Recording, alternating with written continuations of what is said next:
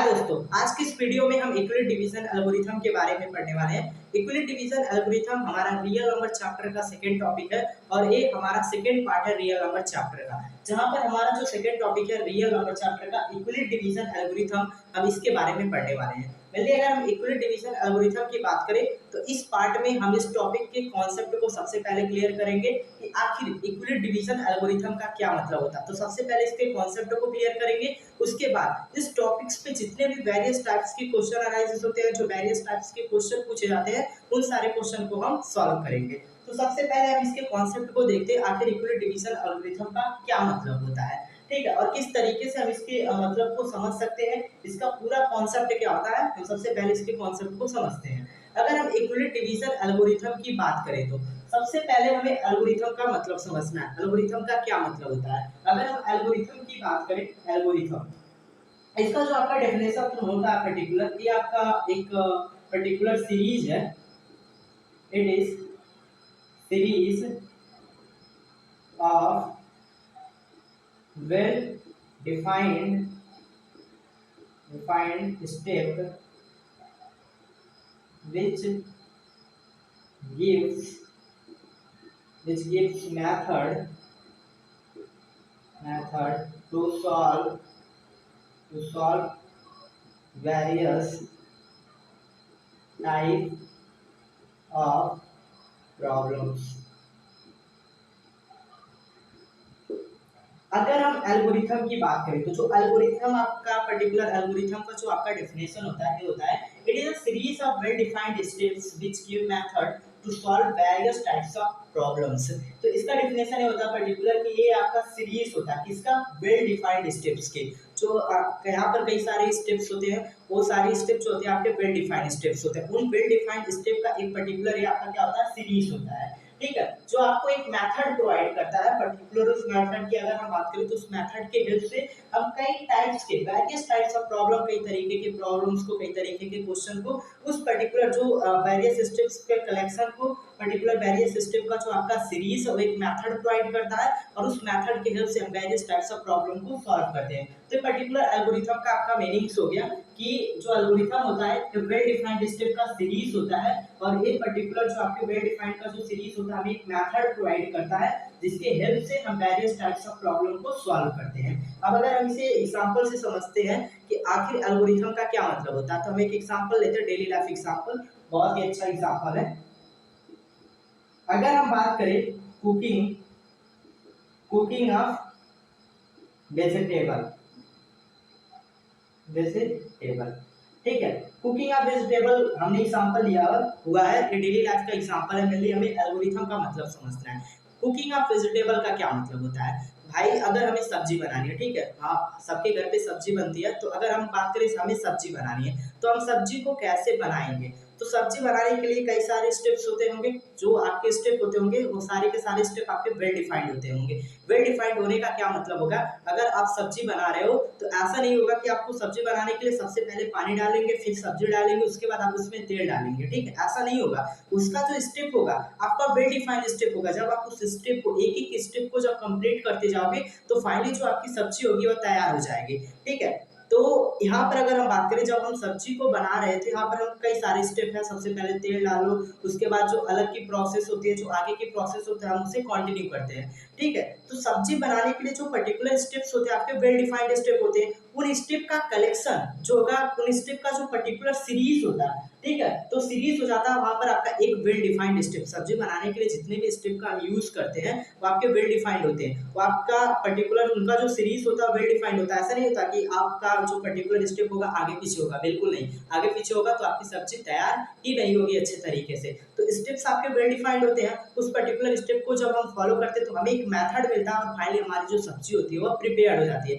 Same इसी तरीके से जो एल्गोरिथम होता है, इसका मतलब होता है एल्गोरिथम भी आपका सीरीज होता है वेल डिफाइंड स्टेप का।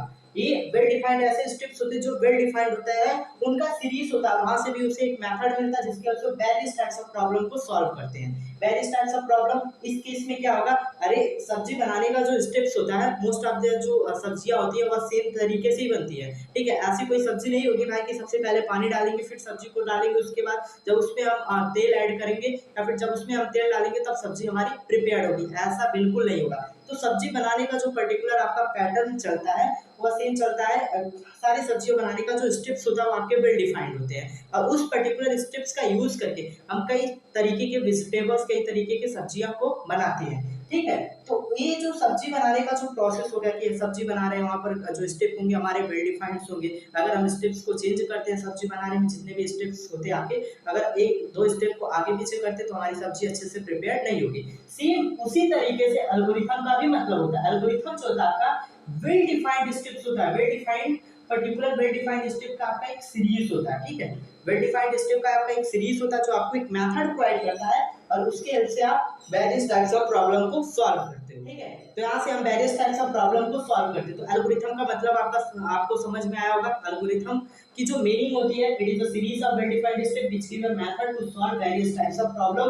और हमने एग्जांपल से समझा कुकिंग ऑफ वेजिटेबल्स को बनाने के लिए जो आपके स्टेप्स होते हैं, वेल डिफाइंड स्टेप्स होते हैं, जो आपको मेथड्स प्रोवाइड करता है, और उसके हेल्प से आप सेम उसी पैटर्न को, उसी स्टेप्स को फॉलो करते हुए कई सारी सब्जियां बनाते हैं। सेम उसी तरीके से एल्गोरिथम भी आपका सीरीज होता है वेल डिफाइंड स्टेप्स का, और इस स्टेप्स का यूज करके हम कई सारे प्रॉब्लम को सॉल्व करते हैं। तो ये तो एल्गोरिथम का मतलब हो गया। अब अगर हम इक्विलिट डिवीजन एल्गोरिथम की बात करें, इसका क्या मतलब होता है भाई साहब?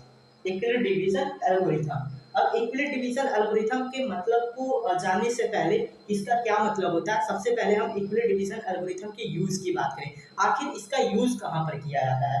तो इक्विलिट डिवीजन एल्गोरिथम आपका एक ऐसा मेथड होता है जिसके हेल्प से हम दो पॉजिटिव इंटीजर के एचसीएफ को फाइंड आउट करते हैं। आप बातों को ध्यान से सुनना। इक्विलिट डिवीजन एल्गोरिथम एक ऐसा मेथड होता है जिसके हेल्प से हम दो पॉजिटिव इंटीजर के एचसीएफ को फाइंड आउट करते हैं, ठीक है। तो इसका जो यूज होता है मेनली, अगर हम इसके यूज की बात करें तो it is a method, it is a method used for finding of two positive integer, ठीक है। अगर हम इक्विलिट डिवीजन एल्गोरिथम के यूज की बात करें तो इसका जो यूज होता है पर्टिकुलर ये आपका एक मेथड होता है जिसका यूज करके हम दो पॉजिटिव इंटीजर के एचसीएफ को फाइंड आउट करते हैं। It is a method used for finding, sorry, HCF of two positive integer होगा, फाइंडिंग ऑफ एचसीएफ, ठीक है। तो यहाँ का एक मेथड होता है जिसका यूज करके हम दो पॉजिटिव इंटीजर के एचसीएफ को फाइंड आउट करते हैं।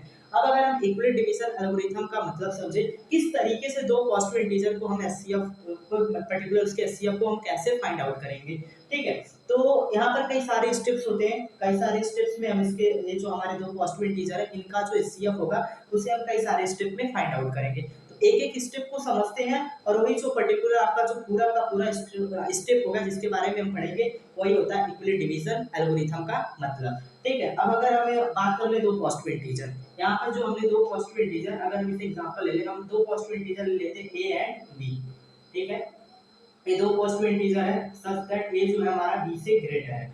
a एंड b हमने दो पॉजिटिव इंटीजर ले लिया। अब इस दो पॉजिटिव इंटीजर के हमें एचसीएफ को फाइंड आउट करना है, तो हम पर्टिकुलर इक्विलिट डिवीजन एल्गोरिथम मेथड का यूज कर सकते हैं, ठीक है। बिकॉज़ इसका यूज होता है इस दो पॉजिटिव इंटीजर के एचसीएफ, कोई भी दो पॉजिटिव इंटीजर हो गया उनके एचसीएफ को फाइंड आउट करने के लिए मेनली इक्विलिट डिवीजन एल्गोरिथम का यूज किया जाता है, ठीक। अब इसके एचसीएफ को हम कैसे फाइंड आउट करेंगे, तो कई सारे स्टेप में हम इसके एचसीएफ को फाइंड आउट करेंगे। अगर हम बात करें जो हमारा फर्स्ट स्टेप है, फर्स्ट स्टेप सबसे पहले अगर हम बात करें जो दो पॉजिटिव इंटीजर है इस पे हम अप्लाई करेंगे Euclid division lemma, apply Euclid division lemma to a and b, ठीक है। ये जो आपका होगा पर्टिकुलर, जो आपने दो पॉजिटिव इंटीजर लिया हुआ है ए एंड बी, उस पे हम इक्विलिट डिवीजन लेमा अप्लाई करेंगे। तो सबसे पहले उस पे क्या करेंगे, इक्विलिट डिवीजन लेमा अप्लाई करेंगे। इक्विलिट डिवीजन लेमा का क्या मतलब हो गया, इसका मतलब हो गया हम पर्टिकुलर यहाँ पर हमारा a ग्रेटर है b से, तो इसका मतलब हम a को डिवाइड करेंगे b से, क्योंकि a ग्रेटर है तो a ज्यादा है, b आपका कम है, वह स्मॉलर है, तो हम a को b से डिवाइड करेंगे। वहां पर q कोशिएंट हमें मिलेगा, r रिमाइंडर मिलेगा, तो हम उसको पर्टिकुलर एक रिलेशन में पर्टिकुलर लिख सकते हैं, dividend is equal to divisor into quotient plus remainder, जो इक्विलिट डिवीजन लेमा के अकॉर्डिंग होता है, ठीक है। अगर हम ए को बी से डिवाइड करते हैं तो यहाँ से होगा क्या हमारा ए इक्वल टू क्वोशिएंट हमारा कितना था क्यू, रिमाइंडर आर। आर की जो वैल्यू होगी यहाँ से हमने पढ़ा था कि 0 के इक्वल, 0 से बड़ी होगी बट बी से छोटा होगा, ये आपका पर्टिकुलर इक्वेशन मिलेगा। जब आप ए एंड बी जो आपका दो पॉजिटिव इंटीजर है, जब आप उस पे इक्वल डिवीजन लेमा अप्लाई करोगे तो इक्वेशन मिलेगा। अब यहाँ से अगर हम बात करें, अगर यहाँ पर रिमाइंडर हमारा 0 हो जाता है तो जो लास्ट डिवाइजर होगा हमारा एचसीएफ होगा। इस पर्टिकुलर इक्वेशन को अगर हम देखें, a equals to b q plus r हमें मिला कहाँ, जब दो पॉजिटिव इंटीजर जो हमने लिया था a एंड b पे, इस पे हमने इक्वल डिवीजन लेमा अप्लाई किया तो हमें ए रिलेशन मिला। अगर इस केस में r की वैल्यू 0 के इक्वल हो सकती है, 0 से बड़ी होगी बट b से छोटा होगा। अगर r की वैल्यू 0 हो जाए तो जो लास्ट डिवाइजर होगा आपका एचसीएफ होगा। अगर हम यहाँ पर बात करें, यहाँ पर if r is equals to 0, अगर r आपका 0 हो जाए तो जो HCF होगा, HCF of a and b, आपका इनका HCF क्या हो जाएगा b, क्योंकि यहाँ पर जो लास्ट डिवाइजर है आपका b है, तो HCF of a and b जो हो जाएगा आपका b लास्ट डिवाइजर, अगर रिमाइंडर 0 हो जाता है। अब अगर बात आती है रिमाइंडर 0 ना हो तो क्या करेंगे, रिमाइंडर अगर आपका 0 ना आए, जो सेकंड आपका केस है, अगर रिमाइंडर 0 ना आया है, सेकंड अगर हम बात करें if r is not equal to 0, अगर रिमाइंडर आपका 0 के इक्वल नहीं है तो हम again equal division lemma apply करेंगे, again apply equal division lemma. अब बट अगर हम बात करें इस टाइम, जो हमारा सेकंड केसेस जब चलेगा, अगर r is not equal to 0, अगर 0 के इक्वल नहीं है तो हम again equal division lemma apply करेंगे। लेकिन इस टाइम जब हम इक्वल डिवीजन लेमा अप्लाई करेंगे तो हम a और b पे इक्वल डिवीजन लेमा नहीं अप्लाई करेंगे, हम इक्वल डिवीजन लेमा अप्लाई करेंगे b एंड r पे, जो हमारा डिवाइजर होगा, जो रिमाइंडर होगा, हम उस पे इक्वल डिवीजन लेमा अप्लाई करेंगे। ठीक है, तो जब हम b एंड r पे इक्वल डिवीजन लेमा अप्लाई करेंगे तो वहां पर हमें कुछ ना कुछ कोशिएंट मिलेगा एंड देन हमें वहां से रिमाइंडर मिलेगा। ठीक, तो अब अगर हम b और r पे जो डिवाइजर और रिमाइंडर, इस पे अगर हम यहाँ से मिलने में बात कर रहा हूँ, सबसे पहले हम a एंड b जो दो पॉजिटिव इंटीजर होगा इसी पे इक्वल डिवीजन लेमा अप्लाई करेंगे। r अगर रिमाइंडर 0 हो गया तो एचसीएफ जो a b का होगा आपका लास्ट डिवाइजर, जो b आपका लास्ट डिवाइजर, जो डिवाइजर आपका b है, ये पर्टिकुलर यहाँ पर लास्ट ही है। ठीक है, तो यहाँ से b आपका क्या हो जाएगा एचसीएफ। अगर यहाँ से हमने पढ़ा अगर r is not equal to 0, r is not equal to 0, तो इस केसेस में हम फिर से अगेन अप्लाई करेंगे equal division and lemma, but इस टाइम जो हम अप्लाई करेंगे तो a एंड b पे नहीं अप्लाई करेंगे। इस टाइम हम जो कोशिएंट था हमारा पर्टिकुलर, सॉरी जो डिवाइजर था और जो रिमाइंडर था, इस पे अप्लाई करेंगे। तो b एंड r पे जब हम इक्वल डिवीजन लेमा अप्लाई करेंगे तो b इज इक्वल टू हो जाएगा r कोशिएंट m ले लें, रिमाइंडर आप n ले सकते हो, और n की वैल्यू जो होगी यहाँ से 0 के इक्वल होगी बट m से आपका छोटा हो जाएगा। तो यहाँ से पर्टिकुलर हमें यह रिलेशन मिल गया कि अगर आपका remainder is not equal to 0, यहाँ पर हमने देखा अगर रिमाइंडर आपका 0 नहीं होगा तो हम equal division lemma again apply करेंगे। लेकिन इस टाइम अगर हम बात करें, जब हम equal division lemma second time जब हम अप्लाई करेंगे, तो सेकंड टाइम अप्लाई करो या फिर थर्ड टाइम, फोर्थ टाइम, जब अगर इस टाइम फर्स्ट टाइम को छोड़ के उसके बाद जब आप इक्वल डिवीजन लेमा अप्लाई करोगे तो मेनली डिवाइजर और रिमाइंडर पे अप्लाई करोगे। जो आपका डिवाइजर होगा, जो रिमाइंडर होगा, उसे अप्लाई करोगे। फर्स्ट टाइम आप उस दो पॉजिटिव इंटीजर पे अप्लाई करोगे, remainder is not equal to 0 आता है फर्स्ट टाइम में। उसके बाद जब आप थर्ड टाइम, फोर्थ टाइम आप तक जाओगे तो मेनली आपको इक्वल डिवीजन लेमा उसके डिवाइजर और रिमाइंडर पे अप्लाई करना है। तो इसके डिवाइजर और रिमाइंडर पे हमने इक्वल डिवीजन लेमा अप्लाई किया, यहाँ से हम कोशिएंट एंड रिमाइंडर, तो इक्वेशन हमें मिला। अगर यहाँ पर r is not equal to 0, ठीक है, अगर r 0 हो गया तो इसका जो एचसीएफ होगा लास्ट डिवाइजर क्या आपका r आपका जो है यही लास्ट डिवाइजर है ना भाई, ये आपका डिवाइडेड हो गया, डिवाइजर कोशिएंट और रिमाइंडर, तो लास्ट डिवाइजर r, तो इसका जो एचसीएफ होगा a एंड b का आपका क्या हो जाएगा r एचसीएफ हो जाएगा लास्ट डिवाइजर। अगर r is not equal to 0, r 0 आ गया तो भाई एचसीएफ लास्ट डिवाइजर, लेकिन अगर r 0 के इक्वल नहीं होता, तो 0 ना आता तो अगेन हम इक्वल डिवीजन लेमा अप्लाई करेंगे, फिर से इक्वल डिवीजन लेमा अप्लाई करेंगे। और इस टाइम भी हम इक्वल डिवीजन लेमा कहां पर अप्लाई करेंगे, जो हमारा कोशिएंट, जो हमारा डिवाइजर और रिमाइंडर है, r और n पे, r हमारा डिवाइजर और n हमारा रिमाइंडर है, इस पे एक बार फिर से इक्वल डिवीजन लेमा अप्लाई करेंगे। अगर वहां पर भी रिमाइंडर 0 नहीं आता, remainder is not equal to 0, r is not equal to 0, तो इस प्रोसेस को तब तक कंटिन्यू करेंगे जब तक हमारा रिमाइंडर 0 ना हो जाए। ठीक है, एट द फाइनल जब हमारा रिमाइंडर 0 हो जाएगा तो जो हमारा लास्ट डिवाइजर होगा वो आपका एचसीएफ होगा। इस पॉइंट को नोट करना, जब आपका रिमाइंडर 0 होगा तो जो लास्ट डिवाइजर होगा, ठीक है, मान लीजिए अगर आपका सेकंड तक आते हो, फर्स्ट प्रोसेस में आपका रिमाइंडर 0 नहीं होता, सेकंड में आपका रिमाइंडर 0 हो गया, ठीक है, अगर हम सेकंड की बात करें, यहाँ पर आपका रिमाइंडर 0 हो गया तो लास्ट डिवाइजर आपका एचसीएफ होगा। इसका क्या मतलब है, लास्ट डिवाइजर का मतलब सेकंड में आपका जो डिवाइजर होगा ये लास्ट डिवाइजर होगा, ठीक है, ये आपका लास्ट डिवाइजर नहीं है तो फर्स्ट डिवाइजर था भाई। अब यहाँ से हमने इस पे इक्वल डिवीजन लेमा अप्लाई किया तो इक्वेशन मिला, तो लास्ट डिवाइजर आपका ए होगा, तो ये आपका एचसीएफ हो जाएगा ए एंड बी का, ठीक है। तो यहाँ पर मेनली हमने इक्विलिब्रियम डिवीजन लेमा के बारे में समझा, किस तरीके से इक्विलिब्रियम डिवीजन एल्गोरिथम में हम दो पॉजिटिव इंटीजर के एचसीएफ को फाइंड आउट करते हैं कई सारे स्टेप में। ओके, नाउ फर्स्ट स्टेप में अगर हम बात करें तो जो दो पॉजिटिव इंटीजर के एचसीएफ को हमें फाइंड आउट करना है उन पे हम इक्विलिब्रियम डिवीजन लेमा अप्लाई करेंगे। इक्वेशन हमें मिलेगा, रिमाइंडर अगर 0 होता है तो लास्ट डिवाइजर बी है, या सीएफ मतलब ए बी का जो एचसीएफ होगा बी होगा। अगर remainder is not equal to 0 तो हम again equilibrium division lemma apply करेंगे बस। लेकिन हम बात करें इस टाइम जब हम इक्विलिब्रियम डिवीजन लेमा अप्लाई करेंगे तो हमारा equilibrium division lemma b and r पे होगा, जो डिवाइजर और रिमाइंडर होगा हम उस पे अप्लाई करेंगे। इस केस में अगर रिमाइंडर 0, लास्ट डिवाइजर आपका जो होगा पर्टिकुलर एचसीएफ, लास्ट डिवाइजर आपका आर है। अगर यहाँ पर remainder is not equal to 0 तो इस प्रोसेस को आगे लेके जाएंगे, थर्ड जो प्रोसेस होगा वहां पर हम आर और एन पे जो डिवाइजर और कोशिएंट, जो डिवाइजर और रिमाइंडर होगा वहां पर हम इक्विलिब्रियम डिवीजन लेमा अप्लाई करेंगे। अगर वहां पर रिमाइंडर 0 तो लास्ट डिवाइजर जो होगा आपका एचसीएफ, अगर last remainder is not equal to 0 तो इस प्रोसेस को हम तब तक कंटिन्यू करेंगे जब तक हमारा रिमाइंडर 0 ना जाए। रिमाइंडर 0 तो आपका जो लास्ट डिवाइजर होगा, ठीक है, जो जो जिस पर्टिकुलर प्रोसेस के बाद आपका रिमाइंडर 0 होगा तो जो लास्ट वाला प्रोसेस होगा जहां पर आपको इस तरीके का इक्वेशन मिलेगा वहां पर जो आपका लास्ट डिवाइजर होगा वो आपका एचसीएफ हो जाएगा, ठीक है। तो एक पर्टिकुलर मेथड था या फिर आप कह सकते हो इक्विलिब्रियम डिवीजन एल्गोरिथम का ही मतलब होता है इसका यूज हम दो पॉजिटिव इंटीजर के एचसीएफ को फाइंड आउट करने के लिए, हमें एक मेथड प्रोवाइड करता है जिसकी हेल्प से दो पॉजिटिव इंटीजर के एचसीएफ को हम फाइंड आउट करते हैं कई सारे स्टेप्स में, और वो पर्टिकुलर आपके ये रहे स्टेप्स।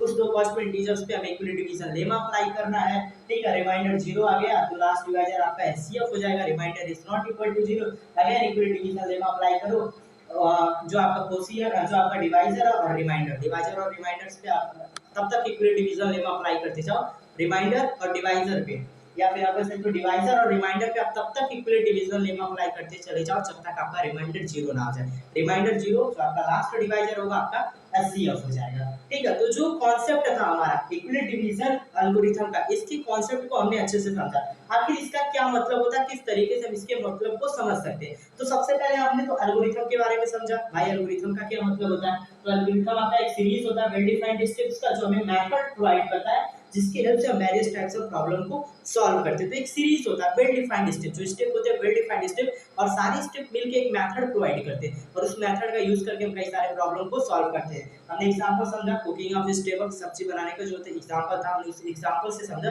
किस तरीके से सारे स्टेप आपके वेल डिफाइंड होते हैं और एक पर्टिकुलर मेथड प्रोवाइड करते हैं, फाइनली जो आपकी सब्जी होती है वो आपकी प्रिपेयर्ड होती है। अब उसके बाद हमने पढ़ा इक्विलिब्रियम डिवीजन एल्गोरिथम का मेनली यूज कहां पर होता है। तो इसका यूज होता है दो पॉजिटिव इंटीजर के एचसीएफ को फाइंड आउट करने के लिए। हमने दो positive integer a and b ले लिया, सच में ए ग्रेटर देन बी। अब किस तरीके से इस दो पॉजिटिव इंटीजर के एचसीएफ को हम फाइंड आउट करेंगे, तो कई सारे स्टेप्स होते हैं उनके एचसीएफ को फाइंड आउट करने के लिए, तो जिनके बारे में हमने पढ़ा। सबसे पहले उस पॉजिटिव इंटीजर पे इक्विलिब्रियम डिवीजन लेमा अप्लाई करेंगे, रिमाइंडर आपका 0 आता है तो लास्ट डिवाइजर जो होगा आपका एचसीएफ होगा, मतलब ए बी का एचसीएफ आपका बी हो जाएगा। अगर remainder is not equal to 0 अगर आप इक्विलिब्रियम डिवीजन लेमा अप्लाई करो डिवाइजर और रिमाइंडर पे, ठीक है। अब डिवाइजर और रिमाइंडर पे आप तब तक इक्विलिब्रियम डिवीजन लेमा अप्लाई करते जाओ जब तक आपका रिमाइंडर 0 ना जाए। अगर आपका रिमाइंडर 0 हो जाता है तो जो आपका लास्ट डिवाइजर होगा वो आपका क्या हो जाएगा, एचसीएफ हो जाएगा। तो ये पर्टिकुलर कॉन्सेप्ट था इक्विलिब्रियम डिवीजन एल्गोरिथम का। इक्विलिब्रियम डिवीजन एल्गोरिथम को मेनली सक्सेसिव डिवीजन मेथड भी बोला जाता है, ठीक है, successive division method, successive division method. तो इक्विलिब्रियम डिवीजन एल्गोरिथम को सक्सेसिव डिवीजन मेथड भी बोला जाता है। तो यहाँ पर अगर हम बात करें तो जो हमारा कॉन्सेप्ट था इक्वली डिवीजन एल्गोरिथम का, हमारा कॉन्सेप्ट क्लियर हो चुका है। सिर्फ हमें याद करना है कि इक्वली डिवीजन एल्गोरिथम का यूज तो कॉस्ट इंटीजर के एचसीएफ को फाइंड आउट करने के लिए किया जाता है और ये पर्टिकुलर स्टेप का यूज किया जाता है उसके एचसीएफ को फाइंड आउट करने के लिए। यही आपका जो होता है इक्वली डिवीजन एल्गोरिथम का कॉन्सेप्ट होता है। तो हमारा कॉन्सेप्ट क्लियर हो चुका है। अब हम बात करें क्वेश्चन की, ठीक है। जो वेरियस टाइप्स के क्वेश्चन अराइजेस होते हैं इस particular topic equally division algorithm पे, हम उन सारे क्वेश्चन को एक एक करके सॉल्व करेंगे और सारे के सारे आपके इंपॉर्टेंट क्वेश्चन होते हैं जो पर्टिकुलर एग्जाम में पूछे जाते हैं, ठीक है। तो चलिए क्वेश्चन को देखते हैं।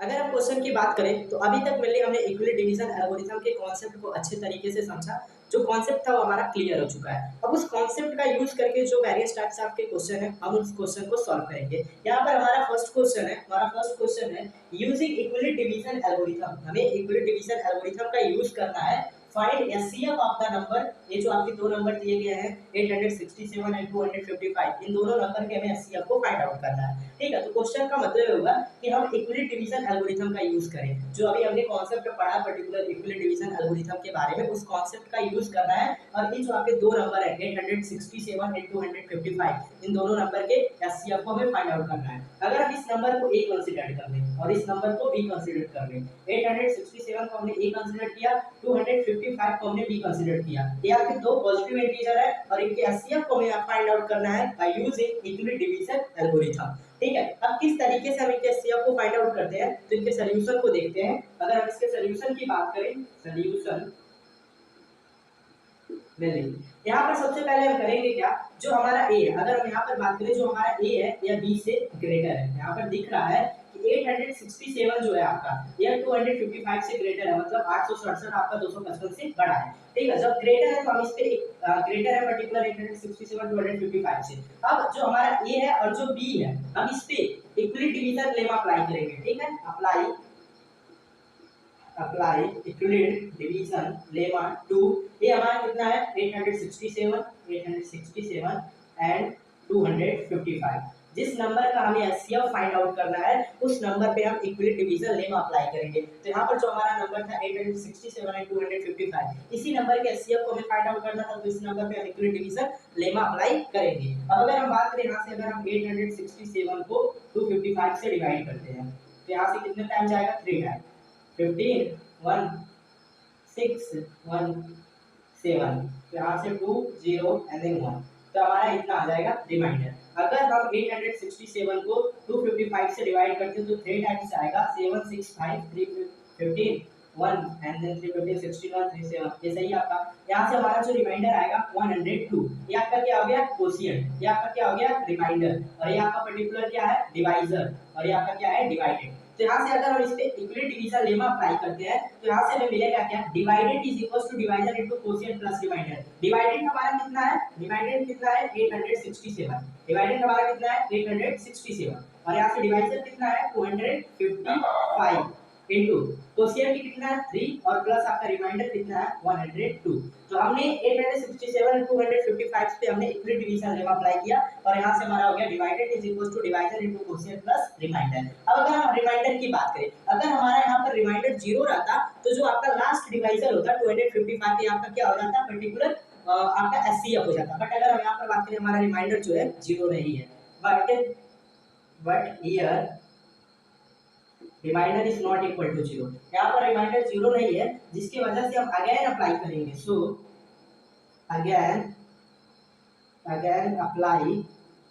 Apply equally division lemma to, अब की बार कहाँ पर अप्लाई करेंगे, जो हमारा पर्टिकुलर डिवाइजर और जो रिमाइंडर है हम इस पे अप्लाई करेंगे। हमारा डिवाइजर हो गया है, हमारा रिमाइंडर हो गया, इस डिवाइजर और रिमाइंडर्स पे हम equally division lemma again apply करेंगे, ठीक है। 255 एंड 102, तो 255 हमारा डिवाइजर है, 102 हमारा पर्टिकुलर क्या आपका रिमाइंडर, तो इस पे हम इक्वली डिवीजन लेमा अप्लाई करेंगे। जब हम इस पे इक्वली डिवीजन लेमा अप्लाई करेंगे तो मैंने हम करते क्या, ऐसे डिवाइड करते हैं, कितना है 255 102, 2 टाइम्स आएगा 4 0 एंड देन 2, यहाँ से आपका रिमाइंडर आएगा 1 5, एक रह जाएगा, ठीक है। अगर हम 255 को 102 से डिवाइड करते हैं तो यहाँ से पर्टिकुलर हमारा कोशिएंट जो आएगा 2 आएगा और रिमाइंडर 51 आ जाएगा। तो इस चीज को हम लिख सकते हैं इस तरीके से, जो हमारा डिवाइडेड है, डिवाइडेड क्या हमारा 255, तो 255 इज इक्वल टू कितना डिवाइजर है 102 इंटू क्वोशिएंट कितना है 2 प्लस रिमाइंडर कितना है 51। ठीक है, रिमाइंडर कितना आपका 51। अब अगर हम यहाँ पर बात करें तो यहाँ पर भी हमारा जो रिमाइंडर है जीरो नहीं है, रिमाइंडर कितना अपना 51 है, रिमाइंडर 51 है। इसका मतलब अगर रिमाइंडर जीरो हो जाता तो जो लास्ट डिवाइजर 102 होता पर्टिकुलर एचसीएफ हो जाता इसका, बट रिमाइंडर कितना 51 मतलब रिमाइंडर हमारा जीरो नहीं है। जब रिमाइंडर जीरो नहीं है तो अगेन हम इक्विवेलेंट डिवीजन लेमा अप्लाई करेंगे, जो डिवाइजर हमारा 102 और जो रिमाइंडर है इस पे, ठीक है, तो इस पे भी अप्लाई करते हैं क्योंकि यहाँ पर रिमाइंडर हमारा जो है पर्टिकुलर जीरो नहीं है, तो हम यहाँ पर लिखेंगे हियर, उसके बाद की लाइन है particular here remainder is not equal to zero. यहाँ पर जो हमारा पर्टिकुलर रिमाइंडर है 51 के इक्वल है तो जीरो के इक्वल नहीं है, जिसके वजह से हम अगेन अप्लाई करेंगे, again apply equivalent division lemma. हम again equivalent division lemma apply करेंगे पर्टिकुलर यहाँ पर। इस टाइम जो हम इक्विवेलेंट डिवीजन लेमा अप्लाई करेंगे यहाँ पर जो डिवाइजर है और रिमाइंडर है, ठीक है, equivalent division apply, equivalent division lemma apply करेंगे टू 102 एंड 51, ठीक है, तो 102 और 51 पे हम equivalent division lemma again apply करेंगे क्योंकि यहाँ पर हमारा जो रिमाइंडर है वो जीरो के इक्वल नहीं है। जब जीरो के इक्वल नहीं होगा तो अगेन हम इक्विवेलेंट डिवीजन लेमा अप्लाई करेंगे, जो हमारा डिवाइजर होगा और जो रिमाइंडर होगा। जब हम इस पे इक्विवेलेंट डिवीजन लेमा अप्लाई करेंगे तो यहाँ से इसे डिवाइड करते हो 102 को 51 से, ठीक है। अगर हम बात करें यहाँ पर तो 51 2 जा 2 बार में जाएगा 2 और 10, तो यहाँ से पर्टिकुलर क्या होगा कट गया, कटने का मतलब यहाँ से रिमाइंडर कितना आ गया जीरो, क्वोशिएंट कितना 2, डिवाइजर 51 डिवाइडेड कितना 102। तो आप वहां पर लिख सकते हैं इक्विवेलेंट डिवीजन लेमा। जब हम इस पे अप्लाई करेंगे तो यहाँ पर जो इसका पर्टिकुलर हमारा 102 क्योंकि यहाँ पर डिवाइडेड कितना है 102, तो 102 is equals to divisor 51 into quotient हमारा कितना है 2 प्लस रिमाइंडर, रिमाइंडर हमारा जीरो आ रहा है। अब अगर हम यहाँ पर बात करें, यहाँ पर इस पर्टिकुलर अगर हम इक्वेशन की बात करें, जब हमने 102 एंड 51 पे इक्विवेलेंट डिवीजन लेमा अप्लाई किया, यहाँ पर हमारा रिमाइंडर कितना आ गया जीरो। अब रिमाइंडर जीरो आ गया तो जो लास्ट डिवाइजर होगा आपका एचसीएफ होगा इस नंबर 867 एंड 255 का, तो यहाँ से आपका क्या हो गया रिमाइंडर जीरो, रिमाइंडर आपका क्या हो गया जीरो। तो यहाँ से अगर हम एचसीएफ की बात करें, ठीक है, तो यहाँ पर हमारा जो रिमाइंडर था वो जीरो हो गया। सो जो एचसीएफ है हमारा वो कितना होगा, एचसीएफ आपका लास्ट डिवाइजर होगा। तो यहाँ पर लास्ट डिवाइजर कौन सा है, ठीक है, बात आती है कि लास्ट डिवाइजर ये आपका डिवाइडेड है, डिवाइजर क्वोशिएंट रिमाइंडर, ये जो आपका डिवाइजर होगा, ठीक है, जो आप पूरे प्रोसेस को अगर आप ऑब्जर्व करोगे तो फर्स्ट टाइम यहाँ पर आपको एक डिवाइजर मिला, सेकंड टाइम आपको यहाँ पर एक डिवाइजर मिला, थर्ड टाइम यहाँ पर आपको एक डिवाइजर मिला, तो जो लास्ट वाला डिवाइजर होगा जहाँ पर रिमाइंडर जीरो होगा उसमें जो डिवाइजर होगा वो लास्ट डिवाइजर होगा 51, और यही 51 जो होगा आपका एचसीएफ होगा पर्टिकुलर 867 एंड 255 का। तो हम यहाँ पर पर्टिकुलर अगर 867 255 जो नंबर थे हमने इसके एचसीएफ को फाइंड आउट किया by using equivalent division algorithm. पहले हमने किया क्या, अप्लाई किया इक्विवेलेंट डिवीजन लेमा 867 255 को, जहां पर हमने 867 को 255 से डिवाइड किया, हमें इतना क्वोशिएंट मिला 3, रिमाइंडर कितना मिला, divided is equals to divisor into quotient plus remainder के फॉर्म में हमने लिखा, रिमाइंडर हमारा जीरो के इक्वल नहीं था, नॉट इक्वल्स टू जीरो, जिसकी वजह से हम अगेन अप्लाई किए इक्विवेलेंट डिवीजन लेमा इस पे डिवाइजर और रिमाइंडर पे, क्योंकि हमें बार-बार डिवाइजर और रिमाइंडर पे पहली बार हम वो दोनों पॉजिटिव इंटीजर्स पे इक्विवेलेंट डिवीजन और लेमा अप्लाई करेंगे, उसके बाद जो फर्स्ट स्टेप के बाद जो पर्टिकुलर आप अप्लाई करोगे इक्विवेलेंट डिवीजन लेमा डिवाइजर और रिमाइंडर पे, और तब तक डिवाइजर और रिमाइंडर पे इक्विवेलेंट डिवीजन लेमा अप्लाई करते जाओगे जब तक आपका रिमाइंडर जीरो ना हो जाए, ठीक है। यहाँ पर सेम वही चीज हमें किया 255 और 102 पे again equivalent division lemma apply किया और यहाँ से क्वोशिएंट 2 मिला, रिमाइंडर 51, यहाँ पर रिमाइंडर जीरो नहीं था, ठीक है, remainder is not equal to zero, जिसकी वजह से हमने अगेन इक्विवेलेंट डिवीजन लेमा अप्लाई किया डिवाइजर और रिमाइंडर पे, ठीक है, डिवाइजर रिमाइंडर 102 51, तो 102 आपका पर्टिकुलर जो था यहाँ डिवाइडेड बन गया, डिवाइजर और रिमाइंडर पे जब अप्लाई करेंगे तो यहाँ डिवाइडेड बन गया, यहाँ आपका क्वोशिएंट 2 रिमाइंडर मिला और लिखा 2 आपका क्वोशिएंट मिला, 51 आपका डिवाइजर है, रिमाइंडर हमें कितना मिला जीरो। भाई साहब हमारा रिमाइंडर जीरो आ गया, रिमाइंडर जीरो आ गया तो जो हमारा एचसीएफ होगा पर्टिकुलर इस नंबर का लास्ट डिवाइजर कौन सा होगा, तो जो जिस पर्टिकुलर इक्वेशन में जहां पर divided is equals to divisor into quotient plus remainder हो रहा है, जहां पर रिमाइंडर जीरो है उसमें जो आपका डिवाइजर होगा लास्ट डिवाइजर कितना है 51, सो जो रिक्वायर्ड एचसीएफ होगा आपका इस पर्टिकुलर नंबर का 867 एंड 255 का, तो आपका एचसीएफ क्या होगा 51, तो ये आपका क्या हो गया आंसर, ठीक है, ये आपका आंसर हो गया। इस तरीके से चाहे जितने भी आपके क्वेश्चन पूछ लिया जाए कि आपको 2 नंबर दिया गया है और उस नंबर का एचसीएफ आपको फाइंड आउट करना है यूजिंग इक्वल डिवीजन एल्गोरिथम, तो इसी पैटर्न का आपका यूज करना है। और ये पैटर्न हमने कहाँ से सीखा, पहले हमने इसकी कॉन्सेप्ट से पढ़ा हुआ है। अगर आपको कॉन्सेप्ट क्लियर है इक्वल डिवीजन एल्गोरिथम का, तो जितने भी तरीके के क्वेश्चन बनेंगे एचसीएफ को फाइंड आउट करने के लिए आप इजीली कर दोगे। ठीक है, यहाँ पर हमने कॉन्सेप्ट का यूज किया और इसके एचसीएफ को हमने फाइंड आउट किया। तो ये रहा हमारा फर्स्ट क्वेश्चन जिसके बारे में हमने अच्छे से समझा और अच्छे से सॉल्व किया। अब अगर हम नेक्स्ट क्वेश्चन की बात करें तो जो हमारा क्वेश्चन नंबर सेकंड, आइए देखते हैं। अगर हम सेकंड क्वेश्चन की बात करें तो जो हमारा सेकंड क्वेश्चन है इसका जो लेवल है थोड़ा मीडियम है, क्योंकि जो फर्स्ट क्वेश्चन था हमारा इजी क्वेश्चन था, बट ये थोड़ा सा इसका लेवल हाई है, बट ये भी आपका इजीली सॉल्व हो जाएगा। अगर आपको क्वेश्चन समझ में आ जाएगा तो आप आराम से इसे सॉल्व कर लेंगे।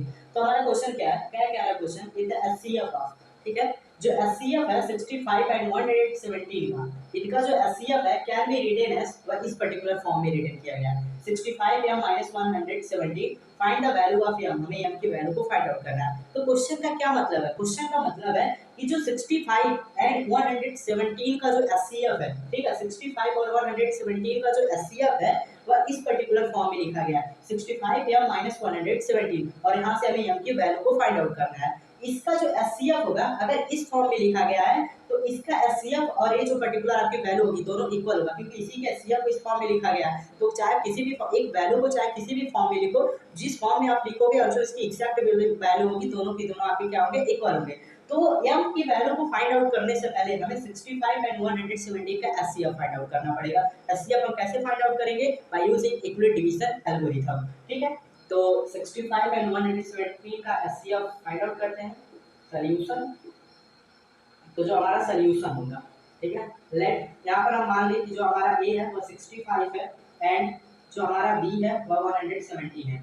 यहाँ पर b, आप अगर हम b की बात करें, b जो b है a से ग्रेटर है, b क्या है, a से ग्रेटर है, दो पॉजिटिव इंटीजर, इन दोनों पॉजिटिव इंटीजर के हमें एचसीएफ को फाइंड आउट करना है by using equal division algorithm. Equal division algorithm का जो कॉन्सेप्ट है उसी कॉन्सेप्ट का यूज करना है और इन दोनों नंबर के एचसीएफ को फाइंड आउट करना है। तो मेरे हम करेंगे क्या, ये जो आपके दोनों नंबर है इन पे हम इक्वल डिवीजन लेमा अप्लाई करेंगे, ठीक है। तो अप्लाई, यहाँ से अगर हम बात करें apply equal division lemma to a and b पे अप्लाई करेंगे, ठीक है। ये हमारा कितना है 65, apply equal division lemma to 65 and 117, ठीक है। 65 और 117 जो आपके दो नंबर है हम इनके इक्वल डिवीजन लेमा अप्लाई करेंगे। अब अगर हम इनके इक्वल डिवीजन लेमा अप्लाई करते हैं तो अगर हम 117 को 65 से डिवाइड करते हैं, 1 टाइम जाएगा 65, यहाँ से 2 आ जाएगा, यहाँ से 5 आ जाएगा, तो रिमाइंडर आपका कितना आ गया 52, ठीक है। हम यहाँ पर 117 को 65 से डिवाइड किया, हमारा 1 कोशिएंट आ रहा है, रिमाइंडर हमारा आ जाना 52। अब हम इस पे इक्वल डिवीजन लेमा अप्लाई करेंगे तो यहाँ से जो डिवाइडेड होगा आपका 117 इज इक्वल टू आपका डिवाइजर कितना 65 ये 2 कोशिएंट कितना 1, रिमाइंडर आपका कितना आ रहा 52। तो ये पर्टिकुलर चीज हमें मिलेगी। अब अगर हम बात करें अगर हमारा यहाँ पर रिमाइंडर 0 होता तो जो हमारा लास्ट डिवाइजर होता 65 में पर्टिकुलर हमारा एचसीएफ हो जाता है, बट यहाँ पर रिमाइंडर क्या है 0 के इक्वल नहीं है, remainder is not equal to 0, remainder आपका कितना है 52, जिसकी वजह से हमें again equal division lemma apply करना पड़ेगा डिवाइजर और रिमाइंडर पे, डिवाइजर 65 रिमाइंडर 52, इस पे हम again equal division lemma apply करेंगे, ठीक है। तो क्यों अप्लाई करेंगे, क्योंकि यहाँ पर रिमाइंडर जो है 0 के इक्वल नहीं है, here remainder is not equal to 0, so again apply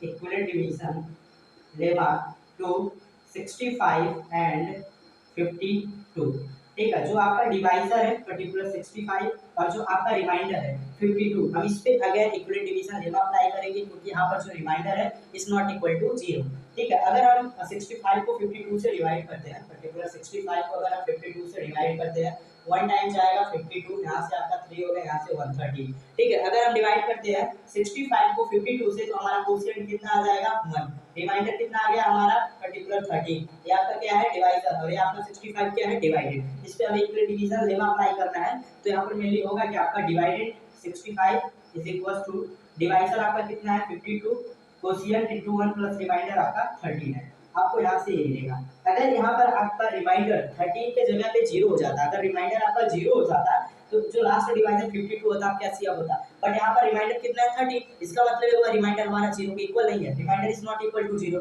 तो यहाँ पर हम again equivalent division lemma apply करेंगे, जो आपका डिवाइजर होगा और जो आपका रिमाइंडर होगा। डिवाइजर कितना है 52, रिमाइंडर कितना है 30। तो यहाँ पर अगर हम बात करें हमारा जो रिमाइंडर है, यहाँ पर रिमाइंडर जो पर्टिकुलर है is not equal to 0, remainder के नॉट इक्वल टू 0 होने की वजह से, ठीक है, नॉट इक्वल टू 0, इसके 0 ना होने की वजह से हम इक्विवेलेंट डिवीजन लेमा अप्लाई करेंगे। अप्लाई इक्विवेलेंट डिवीजन लेमा हम किस पे अप्लाई करेंगे 52 एंड 13 पे, ठीक है। यहाँ पर रिमाइंडर जो आपका नॉट इक्वल टू 0, जिसकी वजह से जो डिवाइजर आपका 52 और जो आपका रिमाइंडर है इस पे हम इक्विवेलेंट डिवीजन लेमा अप्लाई करेंगे। अगर हम 52 को 13 से डिवाइड करते हैं तो 4 टाइम जाएगा 52, ये आपका कैंसिल हो जाएगा, ठीक है। यहाँ से आपका जो रिमाइंडर होगा 0 हो जाएगा, कोशिएंट आपका कितना हो गया 4, 13 आपका क्या है डिवाइजर, और जिसे आप डिवाइड कर रहे हो 52 को आपका क्या है डिवाइडेड। अब इसका इक्विवेलेंट डिवीजन लेम अप्लाई करोगे, जिसकी वजह से होगा क्या divided is equals to divisor कितना है 13, कोशिएंट कितना है 4 प्लस रिमाइंडर आपका कितना है 0, ठीक है। अब अगर आप यहाँ पर देखोगे तो यहाँ पर जो आपका रिमाइंडर है here remainder is equals to 0, यहाँ पर आपका रिमाइंडर 0 है, सो जो लास्ट डिवाइजर होगा आपका last divisor will be HCF. जो आपका लास्ट डिवाइजर होगा वो आपका एचसीएफ होगा। यहाँ पर लास्ट डिवाइजर क्या है, रिमाइंडर आपका 0 यहाँ पर आया, तो इसमें आपका जो डिवाइजर होगा आपका लास्ट डिवाइजर होगा। तो लास्ट यहाँ पर जो आपका डिवाइजर है कितना है 13, तो लास्ट डिवाइजर 13 और इन दोनों नंबर का 65 एंड 117 का जो आपका एचसीएफ होगा वो होगा आपका 13, ठीक है। तो हमने इसके एचसीएफ को फाइंड आउट कर लिया भाई साहब, इसके एचसीएफ कितना, इसके एचसीएफ है 13। अब कहा क्या जा रहा है कि इसके एचसीएफ को इस फॉर्म में लिखा जा रहा है 65 या माइनस 117, ये जो आपका 13 है इसको इस फॉर्म में लिखा गया है, ठीक है। तो अब आते हैं यहाँ से हम की वैल्यू को फाइंड आउट करते हैं। इधर आ जाए, यहाँ से थोड़ा सा इरेज करना पड़ेगा, थोड़ा सा इरेज करते हैं। अगर हम यहाँ पर बात करें, ठीक है, इतने में हो जाएगा। यहाँ से इसका जो एचसीएफ है 65 एंड 117 का ये 13 है, और इसका एचसीएफ बोला जा रहा है क्वेश्चन में कैन बी रिटेन एज, इस पर्टिकुलर फॉर्म में लिखा गया है। तो इसका मतलब क्या हो गया कि जो एचसीएफ आपका 13 और जिस फॉर्म में लिखा गया है दोनों की जो वैल्यू होगी इक्वल होगी, क्योंकि एक ही वैल्यू को कई अगर आप कई फॉर्म में लिख रहे हो तो जो फॉर्म की वैल्यू होगी और जो आपकी एग्जैक्ट वैल्यू होगी दोनों इक्वल होगा, ठीक है। अगर मैं 13 को इस फॉर्म में लिख रहा हूँ तो इसका मतलब ये थोड़ी ना हुआ कि 13 की वैल्यू इस फॉर्म में लिखने की वजह से उसकी वैल्यू चेंज हो जाएगी, ऐसा नहीं होगा। अगर यहाँ पर 13 की वैल्यू हो रही है तो इस फॉर्म में जब हम लिखेंगे, जब इसे सॉल्व करेंगे तो इस अगर हमें m की वैल्यू पता हो जाए अब इसे हम सॉल्व करेंगे तो यहाँ पर भी सेम 13 की वैल्यू आ रही है। तो इन दोनों नंबर का एचसीएफ इस फॉर्म में लिखा गया है और इन दोनों नंबर का एचसीएफ आपका 13 है, तो इसका मतलब ये जो आपका पर्टिकुलर इसकी जो वैल्यू होगी इसके वैल्यू के इक्वल होगा, ठीक है। तो यहाँ से 65 पे हम माइनस 117 ए पर्टिकुलर क्या है, ये जो दो नंबर है 65 और 117 का एचसीएफ इस फॉर्म में लिखा गया है और इनका एचसीएफ हमने इक्विवेलेंट डिवीजन एल्गोरिथम से फाइंड आउट किया, हमें कितना मिला 13, ठीक है। यहाँ से 30 मिला तो 30 के इक्वल हो जाएगा। अब हम इसे इधर सप्लाई करते हैं 65 पे हम इज इक्वल्स टू 13 प्लस 117, तो यहाँ से आपका आएगा क्या 10 1 एंड देन 3 एंड देन 1, तो यहाँ से 65 पे हम इज इक्वल्स टू इतना आ गया। अब हम को एक साइड में रखेंगे, यहाँ पर मल्टीप्लाई इधर डिवीजन में जाएगा 130 अपॉन 65, ठीक है, ये कटेगा तो यहाँ से 2 आएगा। तो इसका मतलब क्या हो गया, जो m की वैल्यू आ रही है आपकी 2 आ रही है, ये आपका पर्टिकुलर आंसर हो जाएगा, ठीक है। यहाँ पर मेनली हमने किया क्या कि जो तो आपका नंबर था 65 और 117, इसका जो एचसीएफ था इस फॉर्म में लिखा गया था। तो सबसे पहले हमने इसके एचसीएफ को फाइंड आउट किया by using equivalent division algorithm. तो उसके एचसीएफ को फाइंड आउट किया और हमें उसका एचसीएफ कितना मिला 13, ठीक है। अब इसके एचसीएफ को इस फॉर्म में लिखा जा रहा है और इसका एचसीएफ 13 है, तो इसका जो वैल्यू होगा इसके इक्वल हो जाएगा। जब इसके इक्वल हो गया तो यहाँ से हम m की वैल्यू फाइंड आउट किया और m की वैल्यू हमें कितनी मिली 2, तो जो आंसर होगा find the value of m 2 होगा। इस तरीके से पर्टिकुलर इस पैटर्न पे आपके चाहे जितने भी क्वेश्चन बने, आपको m की वैल्यू फाइंड आउट करनी हो, n की वैल्यू फाइंड आउट करनी हो, आप सिर्फ इसी तरीके से सॉल्व करोगे। मेनली करोगे क्या, सबसे पहले उसके एचसीएफ को फाइंड आउट करोगे, जब एचसीएफ फाइंड आउट आप कर लोगे तो उसके बाद जिस फॉर्म में लिखा रहेगा उस फॉर्म के इक्वल रखोगे और यहाँ से m की वैल्यू n की वैल्यू आप इजीली फाइंड कर लोगे। तो ये रहा मेनली क्वेश्चन नंबर 2, बहुत ही बढ़िया क्वेश्चन था और उससे उसी तरीके से हमने इस क्वेश्चन को अच्छे से पढ़ा भी, इसे सॉल्व भी किया। अब अगर हम नेक्स्ट क्वेश्चन की बात करें, नेक्स्ट क्वेश्चन जो हमारा क्वेश्चन नंबर 3, ठीक है, तो क्वेश्चन नंबर 3 को देखते हैं। अगर हम क्वेश्चन नंबर 3 की बात करें तो जो हमारा क्वेश्चन नंबर 3 है बहुत ही इजी क्वेश्चन है, अगर आपको स्मॉलेस्ट प्राइम नंबर और स्मॉलेस्ट कंपोजिट नंबर के बारे में पता है तो आप इस क्वेश्चन को आराम से कर सकते हो। ठीक है, तो क्वेश्चन को पढ़ते हैं पहले। क्वेश्चन में क्या क्या रहा है, तो यहाँ पर बोल रहा है find the HCF of smallest prime number and smallest composite number. Smallest prime number और स्मॉलेस्ट कंपोजिट नंबर के एचसीएफ को हमें फाइंड आउट करना है। ठीक है, अब अगर हम बात करें तो स्मॉलेस्ट प्राइम नंबर का क्या मतलब हो गया। ठीक है, स्मॉलेस्ट प्राइम नंबर क्या होगा, आपको प्राइम नंबर का मतलब समझ में आता है। प्राइम नंबर किसे कहते हैं, बहुत ही लो लेवल की चीज है, आपको प्राइम नंबर के बारे में जानना चाहिए। ठीक है, तो प्राइम नंबर ऐसे नंबर्स होते हैं जो 1 से डिविजिबल होते हैं और इटसेल्फ से डिविजिबल होते हैं। ऐसे नंबर जो खुद से कटे और 1 से कटे, ऐसे नंबर को प्राइम नंबर बोला जाता है। अगर मैं एग्जांपल दे के बताऊं आपको, एग्जांपल आप पर्टिकुलर 5 ले लो। 5 किस किस नंबर से कटेगा, किस किस नंबर से 5 डिविजिबल है, तो 5 1 से डिविजिबल है एंड देन इटसेल्फ 5 से डिविजिबल है। तो ये जो आपका 5 है या 1 से डिविजिबल है, एक ऐसा नंबर, अगर हम नंबर 5 लिए हैं जो 1 से डिविजिबल हो या फिर इटसेल्फ से डिविजिबल हो, ऐसे नंबर को प्राइम नंबर बोला जाता है। और ये प्राइम नंबर के एग्जैक्टली दो फैक्टर होते हैं, एक आपका n होगा 1 होगा, और ये आपका जो जो जिस पर्टिकुलर प्राइम नंबर का फैक्टर फाइंड आउट करेंगे वो प्राइम नंबर खुद होगा। ठीक है, तो प्राइम नंबर ऐसे नंबर्स होते हैं जो 1 से डिविजिबल होते हैं और इटसेल्फ से डिविजिबल होते हैं। ठीक है, तो प्राइम नंबर का मतलब समझ में आ गया। अब स्मॉलेस्ट प्राइम नंबर क्या होते हैं, तो ये जो आपके प्राइम नंबर्स होते हैं ये पॉजिटिव इंटीजर में पाए जाते हैं, और पॉजिटिव इंटीजर जो होता है आपका उसे हम नेचुरल नंबर बोलते हैं। 1 2 3 4 ये आपके पॉजिटिव इंटीजर होते हैं, और 1 2 3 4 से लेके आपका कंटिन्यू एंड सो ऑन आप आगे ऐसे पढ़ते चले जाओगे, तो इस पर्टिकुलर जो आपके नंबर होते हैं इनको नेचुरल नंबर बोला जाता है। अब यहाँ पर स्मॉलेस्ट प्राइम नंबर कौन सा होगा, तो नेचुरल नंबर की स्टार्टिंग कहाँ से होती है, 1। 1 आपका प्राइम नंबर है, तो 1 ऐसा कंट्रोवर्सी रहता है क्योंकि 1 का जो फैक्टर होता है वो सिर्फ इटसेल्फ से कटता है। ठीक है, बट वह कहीं ना कहीं, अगर मैं बात करूं प्राइम नंबर के डेफिनेशन को शो नहीं करता, क्योंकि प्राइम नंबर ऐसे नंबर होते हैं जो 1 से डिविजिबल होते हैं और इटसेल्फ से, तो 1 आपका इटसेल्फ से डिविजिबल होता है तो उसे प्राइम नंबर मिलने हम नहीं कंसीडर करेंगे। तो स्मॉलेस्ट प्राइम नंबर, अगर मैं 2 की बात करूं, 2 1 तो होगा नहीं, तो 2 हम ले सकते हैं। 2 आपका क्या है, प्राइम नंबर होगा, इसका फैक्टर 1 एंड 2 ही होगा। या जी हाँ, 2 आपका प्राइम नंबर होगा क्योंकि प्राइम नंबर जो है 2 आपका है या सिर्फ और सिर्फ 1 से डिविजिबल है और इटसेल्फ से डिविजिबल है, जिसकी वजह से 2 आपका प्राइम नंबर। तो ये जो आपका 2 हो गया स्मॉलेस्ट प्राइम नंबर। ठीक है, तो हमें यहाँ से पता चला, जो अगर हम इसके सॉल्यूशन की बात करें, सॉल्यूशन, तो जो हमारा स्मॉलेस्ट प्राइम नंबर है, स्मॉलेस्ट प्राइम नंबर, तो हमारा स्मॉलेस्ट प्राइम नंबर कितना है, 2। अब अगर हम स्मॉलेस्ट कंपोजिट नंबर की बात करें, स्मॉलेस्ट कंपोजिट नंबर, आपको कंपोजिट नंबर का मतलब पता है कि कंपोजिट नंबर किसे बोलते हैं। ये जो आपका स्मॉलेस्ट कंपोजिट नंबर है, तो सबसे पहले आपको कंपोजिट नंबर का मतलब समझ में आना चाहिए। तो कंपोजिट नंबर ऐसे नंबर्स होते हैं जो प्राइम नंबर्स ना हो, जितने भी प्राइम नंबर होते हैं उन नंबर को छोड़ दिया जाए, बाकी जो नंबर बचते हैं आपके पॉजिटिव इंटीजर में, नेचुरल नंबर में, वो आपके क्या होते हैं, कंपोजिट नंबर। ठीक है, जैसे आप 6 ले सकते हो, तो 6 एक ऐसा नंबर है जो मेनली 1 से भी डिविजिबल है, 2 से भी डिविजिबल है, 3 से भी डिविजिबल है और 6 से भी डिविजिबल है। ठीक है, तो आपका क्या होगा, कंपोजिट नंबर। ठीक है, तो कंपोजिट नंबर ऐसे नंबर होते हैं जितने प्राइम नंबर होते हैं उन सारे प्राइम नंबर को छोड़ के, ठीक है, बाकी जो नंबर बचते हैं नेचुरल नंबर में, बाकी क्या होते हैं, कंपोजिट नंबर। कंपोजिट नंबर में 2 से अधिक फैक्टर होते हैं, आप ये ऐसे कंसीडर कर सकते हो, क्योंकि 6 आपका एक कंपोजिट नंबर है, यहाँ पर 4 फैक्टर होंगे, 1 2 3 एंड 6। ठीक है, 1 से भी डिविजिबल हो रहा है, 6 से भी डिविजिबल हो रहा है, एंड देन 2 और नंबर से वो डिविजिबल हो रहा है, तो ऐसे नंबर को कंपोजिट नंबर बोला जाता है। अब स्मॉलेस्ट कंपोजिट नंबर कौन सा होता है, 2 आपका होगा नहीं क्योंकि 2 आपका प्राइम नंबर होता है, 3 भी आपका प्राइम नंबर होता है, 4 की अगर हम बात करें तो स्मॉलेस्ट कंपोजिट नंबर जो होगा हमारा 4 होगा, क्योंकि नेचुरल नंबर की स्टार्टिंग 1 से होती है और 4 जो है ऐसा फर्स्ट नंबर है जिसका जो फैक्टर होगा मोर देन 2 होगा। ठीक है, ये 1 से भी डिविजिबल होगा, 2 से भी डिविजिबल होगा और इटसेल्फ से भी डिविजिबल होगा 4 से, तो इसका फैक्टर 3 होगा।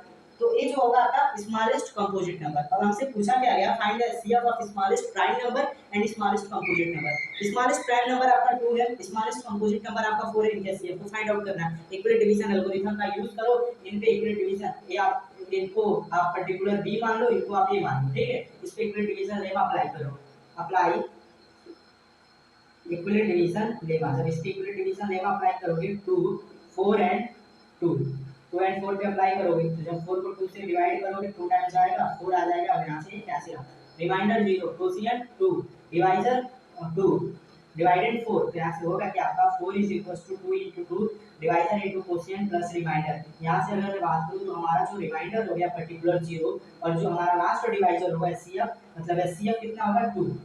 ठीक है, एचसीएफ कितना होगा, 2 होगा, तो आंसर आपका क्या हो जाएगा, 2। ठीक है। तो यहाँ से हमें स्मॉलेस्ट प्राइम नंबर आपका 2 होता है, स्मॉलेस्ट कंपोजिट नंबर आपका 4 होता है। इसके एचसीएफ को फाइंड आउट करना था, हमने इसके एचसीएफ को फाइंड आउट किया, हमारा आंसर कितना आया 2। ठीक है, ये आपका आंसर हो गया और ये आपका क्वेश्चन नंबर 3 सॉल्व हो गया। बहुत इजी क्वेश्चन था। अगर आपको prime number, smallest composite number के बारे में पता है तो आप आराम से इसे सॉल्व कर दोगे। अब अगर हम नेक्स्ट क्वेश्चन की बात करें तो जो नेक्स्ट क्वेश्चन हमारा क्वेश्चन नंबर 4, अगर हम क्वेश्चन नंबर 4 की बात करें तो जो क्वेश्चन नंबर 4 है हमारा पर्टिकुलर क्वेश्चन नंबर 4 है, use Euclid's algorithm to find the HCF of 441, 567 and 693। हमें इक्विलिट एल्गोरिथम का यूज करना है, मतलब जो इक्विलिट डिवीजन एल्गोरिथम का कॉन्सेप्ट हमने पढ़ा था उसी मेथड को हमें यूज करना है। और ये जो आपके 3 नंबर दिए गए हैं इनके एचसीएफ को फाइंड आउट करना है। अब यहाँ पर एक प्रॉब्लम्स हो गई, हमने इक्विलिट डिवीजन एल्गोरिथम में पढ़ा था अगर हमें 2 नंबर दिए गए हैं, 2 पॉजिटिव इंटीजर, तो हम उनके एचसीएफ को फाइंड आउट करेंगे बाय यूजिंग द मेथड, जो मेथड हमने वहां पर पढ़ा था। ठीक है, अब यहाँ पर हमें यहाँ पर 3 नंबर दे दिए गए हैं, 441, 567 एंड 693। यहाँ पर हमें 3 नंबर दे दिए गए हैं। अब किस तरीके से हम इसके एचसीएफ को फाइंड आउट करेंगे, तो ये भी बहुत ईजी है, सिर्फ एक सिंपल सा कॉन्सेप्ट लगेगा। वो कॉन्सेप्ट ये है कि हम सबसे पहले इन दोनों का एचसीएफ फाइंड आउट करेंगे।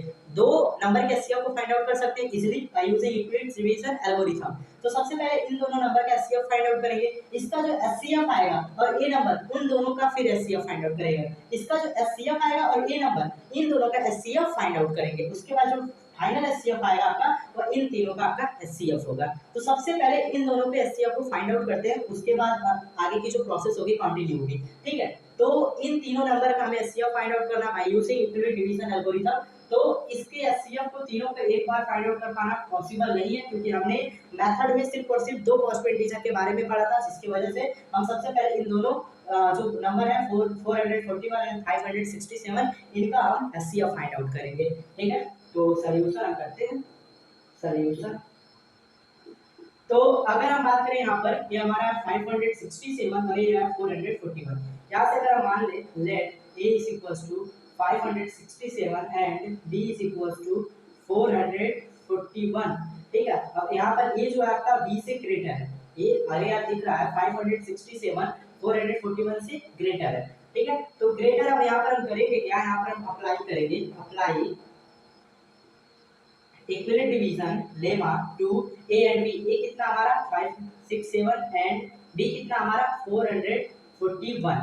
इन दोनों नंबर्स के हम इक्विलिट डिवीजन लेमा अप्लाई करेंगे। ठीक है, अगर हम यहाँ पर सब बड़ा कौन है 567, छोटा कौन है 441, अगर हम 567 को 441 से डिवाइड करते हैं तो हमें कुछ ना कुछ कोशिएंट और रिमाइंडर मिलेगा। डिवाइड करके देख लेते हैं क्या सच में मिलेगा या फिर नहीं। तो क्या आपका 567 441 1 टाइम जाएगा 441 6 एंड देन यहाँ से आपका 2 आ जाएगा 1, तो यहाँ से आपका कितना आया 126। ये आपका हो गया रिमाइंडर और ये आपका हो गया कोशिएंट, ये आपका डिवाइजर और ये आपका हो गया डिवाइडेड।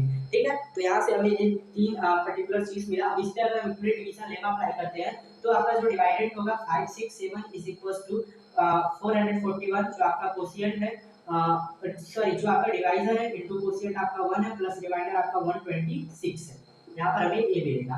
अब अगर हम यहाँ पर बात करें तो हमारा जो रिमाइंडर है 126 है, 0 के इक्वल नहीं है, जिसके वजह से हम इस पे अगर इक्विलिट डिवीजन लेमा अप्लाई करेंगे जो डिवाइजर है और रिमाइंडर है। एक बार फिर से इक्विलिट डिवीजन लेमा अप्लाई करेंगे क्योंकि रिमाइंडर यहाँ पर जो है इज नॉट इक्वल टू 0। अब अगर हम इक्विलिट डिवीजन लेमा अप्लाई कर रहे हैं, अप्लाई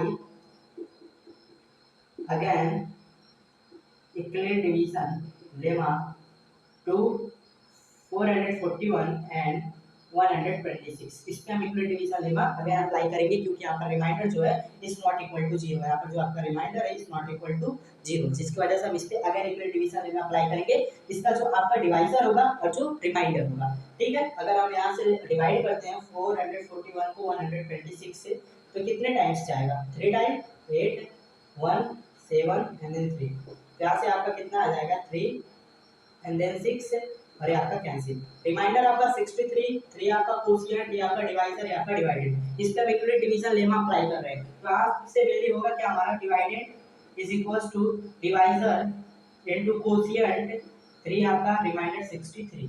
अब यहाँ पर अगर हम बात करें तो यहाँ पर भी आपका जो रिमाइंडर है वह 0 के इक्वल नहीं है, it's not equal to 0। Remainder कितना आपका 63 या 0 के इक्वल नहीं है, जिसकी वजह से हम अगेन इस पे इक्विलेट डिवीजन लेमा अप्लाई करेंगे और यहाँ पर हम जो डिवाइजर है 126 और जो रिमाइंडर है 63 इस पे हम इक्विलेट डिवीजन लेमा अप्लाई करेंगे। ठीक है, जब हम इस पे इक्विलेट डिवीजन लेमा अप्लाई करेंगे, apply Euclid division lemma to 126 and 63। ठीक है, हमें किस पे अप्लाई करना है 126 एंड 63 जो आपका डिवाइजर और रिमाइंडर है। ठीक है, तो उस पे अप्लाई करना, अप्लाई करके देख लेते हैं। यहाँ से अगर 126 को 63 से डिवाइड करते हैं 2 टाइम्स जाएगा 126, ये आपका क्या हो जाएगा, कैंसिल हो जाएगा। तो यहाँ से रिमाइंडर आपका कितना आ गया 0, कोशिएंट कितना है 2, डिवाइजर कितना 63, डिवाइडेड कितना 126। ठीक है, तो यहाँ से अगर हम अप्लाई करें, यहाँ से इसके बाद वाला है पोर्शन आपका, अगर मैं बात करूँ 126 को लिख सकता हूँ 63 इंटू 2 प्लस 0। यहाँ पर आपका क्या हो गया, रिमाइंडर 0 हो गया, रिमाइंडर 0। तो जो आपका लास्ट डिवाइजर होगा वो आपका एचसीएफ होगा। लास्ट डिवाइजर कौन सा है, ये आपका डिवाइजर और रिमाइंडर 0, तो इसमें जो आपका लास्ट डिवाइजर होगा 63। तो यहाँ से मतलब इन दोनों नंबर का जो आपका एचसीएफ होगा, जो आपका एचसीएफ होगा उतना हो जाएगा 63। अब हमें इस तीनों नंबर के एचसीएफ को फाइंड आउट करना था, तो इसका 63 और इसका ये जो नंबर है, इन दोनों का अब हम एचसीएफ फाइंड आउट करेंगे। बोले तो 63 माइनस 693, इन दोनों नंबर को एचसीएफ फाइंड आउट करेंगे और यहाँ से जो हमें एचसीएफ मिलेगा वो इस तीनों नंबर का एचसीएफ होगा। ठीक है, तो सबसे पहले हम इस दो नंबर के एचसीएफ को फाइंड आउट करेंगे। किस तरीके से फाइंड आउट किया इसके बारे में समझ में आया। इक्विलेट डिवीजन एल्गोरिथम का यूज किया गया है हर एक जगह पे और फाइनली हमने यहाँ से एचसीएफ को फाइंड आउट किया। ठीक है, तो इन दोनों का एचसीएफ 63 और इस नंबर का, अब इस जो एचसीएफ मिला हमें और ये जो नंबर है, इन दोनों का एचसीएफ हम फाइंड आउट करते हैं। ठीक है, तो यहाँ से थोड़ा मिटाना पड़ेगा। अगर हम इस चीज को मिटा दें जस्ट थोड़ा सा, एचसीएफ हमें किसका फाइंड आउट करना है, एचसीएफ 63 एंड 693 पे। तो इस पे इक्विलेट डिवीजन लेमा अप्लाई करेंगे। ठीक है, इक्विलेट डिवीजन लेमा अप्लाई करेंगे 63 एंड 693 पे।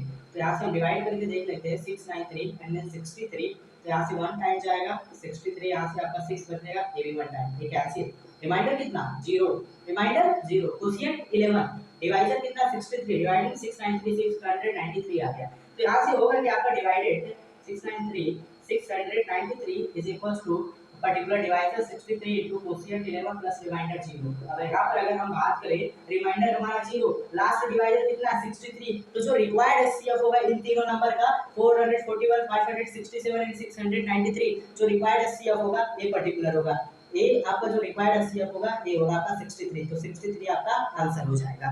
ठीक है, ये क्वेश्चन आपका इंपॉर्टेंट क्वेश्चन है इसलिए क्योंकि इक्विलेट डिवीजन एल्गोरिथम के कॉन्सेप्ट पे मेनली हमने दो पॉजिटिव इंटीजर के एचसीएफ को फाइंड आउट करने के बारे में पढ़ा है, बट यहाँ पर हमें 3 नंबर के एचसीएफ को फाइंड आउट करना है। तो यहाँ से सबसे पहले हम 2 नंबर के एचसीएफ को फाइंड आउट करेंगे, उसका जो एचसीएफ आएगा तीसरे नंबर के साथ उन दोनों नंबर का एचसीएफ हम फाइंड आउट करेंगे। उसके बाद जो फाइनल एचसीएफ आएगा वो आपका तीनों नंबर का एचसीएफ होगा। ठीक है, तो इस क्वेश्चन को हमने अच्छे तरीके से सॉल्व किया। सबसे पहले इन दोनों नंबर का एचसीएफ फाइंड आउट किया, हमें मिला 63। उसके बाद हम ये जो यहाँ से जो हमें एचसीएफ मिला 63 और ये जो नंबर था 693, इन दोनों का एचसीएफ हमने फाइंड आउट किया, तो इसका भी एचसीएफ हमें 63 मिला था। मतलब यहाँ से ये जो 63 होगा आपका इन तीनों नंबर का एचसीएफ होगा। That was the most important question और हमने इस क्वेश्चन को अच्छे से सॉल्व किया। अब अगर हम नेक्स्ट क्वेश्चन की बात करें तो जो हमारा नेक्स्ट क्वेश्चन है क्वेश्चन नंबर 5। अगर हम फिफ्थ क्वेश्चन की बात करें तो जो हमारा फिफ्थ क्वेश्चन है पर्टिकुलर बाय यूजिंग इक्विलेट्स एल्गोरिथम। ठीक है, हमें इक्विलेट्स डिवीजन एल्गोरिथम का कॉन्सेप्ट यूज करना है, उसके मेथड का यूज करना है। Find the largest number which divides 650 and 1170।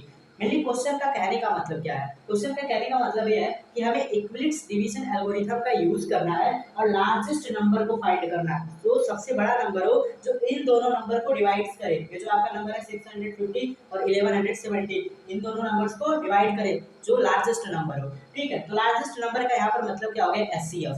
इस दोनों नंबर का हमें एचसीएफ को फाइंड आउट करना है। क्यों, क्योंकि लार्जेस्ट नंबर यार इन दोनों नंबर को डिवाइड करेगा, जो लार्जेस्ट नंबर होगा वो एचसीएफ होगा, क्योंकि एचसीएफ का मतलब होता है हाईएस्ट कॉमन फैक्टर। ठीक है, हाईएस्ट कॉमन फैक्टर का क्या मतलब हो गया, दो नंबर के बीच में जो एक ऐसा फैक्टर है जो कॉमन है, दोनों नंबर को डिवाइड कर रहा है, वो नंबर क्या आपका हाईएस्ट है। ठीक है, तो हाईएस्ट और लार्जेस्ट सेम। ठीक है, तो लार्जेस्ट नंबर को पूछ रहा है तो हाईएस्ट कॉमन फैक्टर एचसीएफ अगर आप फाइंड आउट करेंगे तो वही आपका लार्जेस्ट नंबर होगा जो इस दोनों नंबर को डिवाइड करेगा। तो कहने का मतलब ये हो गया कि 650 और 1170 के एचसीएफ को हम फाइंड आउट करेंगे और जो एचसीएफ होगा आपका लार्जेस्ट नंबर होगा जो इस नंबर को डिवाइड करेगा। तो मेनली हम इसे सॉल्व करते हैं। तो इसका जो सॉल्यूशन होगा आपका सॉल्यूशन,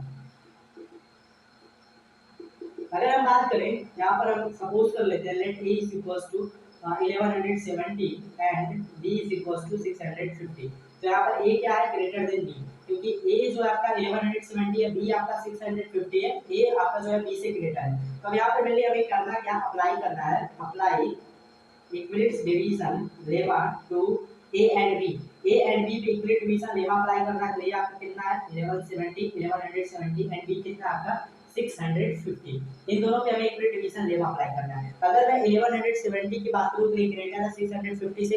अगर मैं 1170 को डिवाइड कर दूं 650 से तो कितना टाइम जाएगा, 1 टाइम 650 0 2 आपका आ जाएगा, यहाँ से आपका क्या आ जाएगा 5।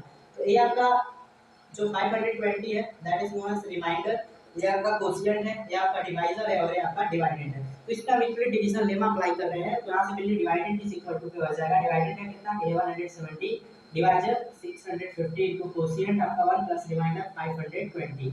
अब अगर हम यहाँ पर बात करें तो जो हमारा रिमाइंडर है, रिमाइंडर कितना है 520, remainder is not equal to 0, जिसका मतलब ये होगा कि जो लास्ट डिवाइजर हमारा सीएफ नहीं होगा, क्योंकि यहाँ पर रिमाइंडर 0 के इक्वल नहीं है। रिमाइंडर जो है आपका 0 पे नॉट इक्वल है, मतलब रिमाइंडर आपका 520 है, जिसकी वजह से हम again equilibrium division lemma apply करेंगे 650 जो आपका डिवाइजर है और जो आपका रिमाइंडर है। डिवाइजर और रिमाइंडर्स पे अगेन हम इक्विलिब्रियम डिवीजन लेमा अप्लाई करेंगे और तब तक अप्लाई करेंगे डिवाइजर और रिमाइंडर पे जब तक हमारा रिमाइंडर 0 ना हो जाए।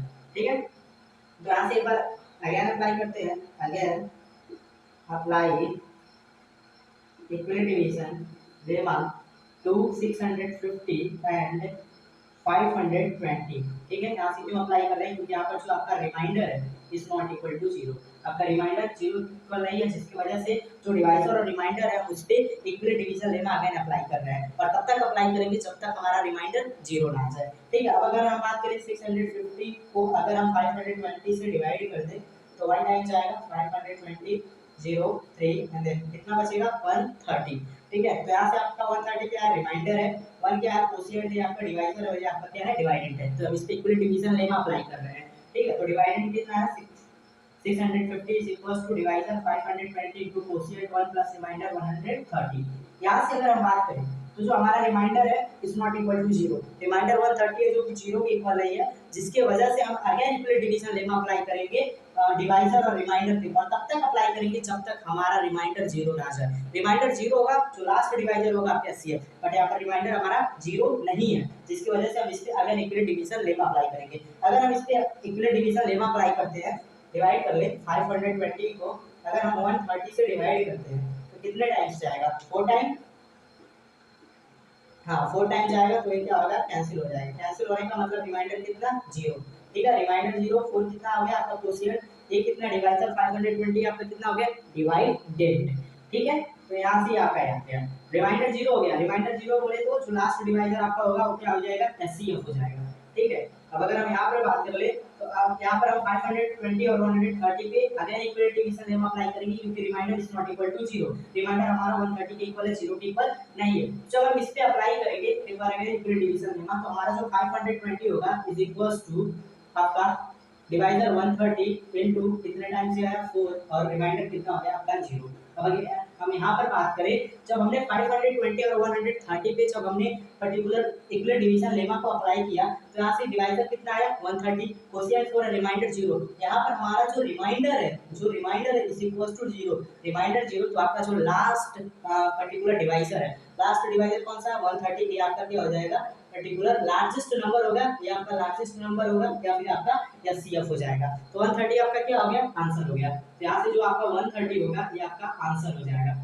आप ये 130 जो होगा आपका एचसीएफ होगा और यही आपका लार्जेस्ट नंबर होगा जो इस पर्टिकुलर नंबर को डिवाइड करेगा 650 एंड 1170 को, ये आपका नंबर जो होगा लार्जेस्ट नंबर होगा जो इस नंबर को डिवाइड करेगा। तो लार्जेस्ट नंबर का क्या मतलब था एचसीएफ को फाइंड आउट करना, और एचसीएफ को हमने फाइंड आउट किया by using equilibrium division algorithm का जो कांसेप्ट पढ़ा था, जो मेथड पढ़ा था, उसी का यूज करके हमने इसके एचसीएफ को फाइंड आउट किया। तो मेनली अगर हम इस पार्ट की बात करें तो इस पार्ट में हमने इक्विलिब्रियम डिवीजन एल्गोरिथम के कांसेप्ट को अच्छे से समझा और उस कांसेप्ट के बेसिस पे उस पर्टिकुलर टॉपिक के बेसिस पे वो जो टॉपिक था आपका इक्विलिब्रियम डिवीजन एल्गोरिथम, उस टॉपिक्स पे जितने भी वेरियस टाइप्स के क्वेश्चन अराइजेस होते हैं उन सारे क्वेश्चन को हमने एक एक करके सॉल्व किया। मिलते हैं नेक्स्ट पार्ट में। नेक्स्ट पार्ट में मिलेंगे हम फंडामेंटल थ्योरम ऑफ अरिथमेटिक के कांसेप्ट को क्लियर करेंगे और जो वेरियस टाइप्स के क्वेश्चन होंगे उन्हें हम सॉल्व करेंगे।